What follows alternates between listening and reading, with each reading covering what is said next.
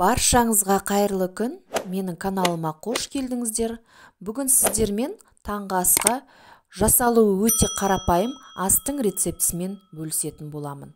Бізге ол үшін ең алдымен помидор, жұмыртқа, көкпияз және де үккіштен өткізілген ірімшік қажет болады. Ең алдымен осылай жуып тазаланған помидорымызды пышағымыздың көмегімен орташа қалыңдықта осылай домалақ бөліктерге бөліп алдын ала дайындап аламыз.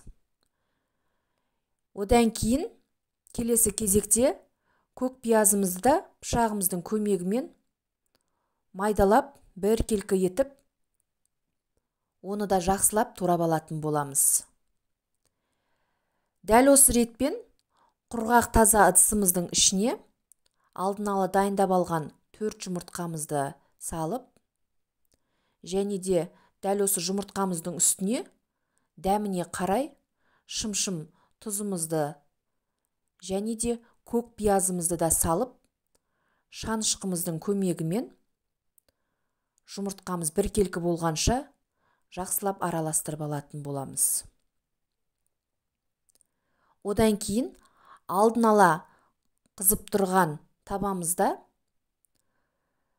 әуелі турап алған помидорларымызды осылай рет-ретімен салып, екі бетін қуырып алатын боламыз.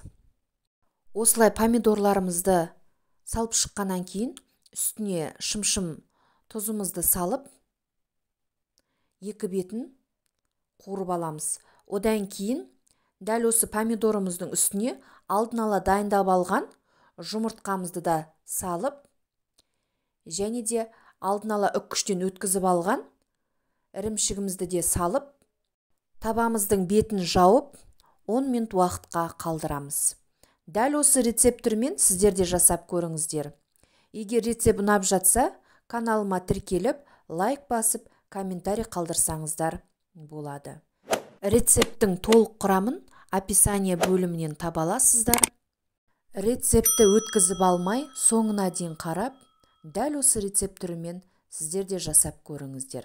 Назарларыңызға рахмет. Сіздермен болған Гүлнұр.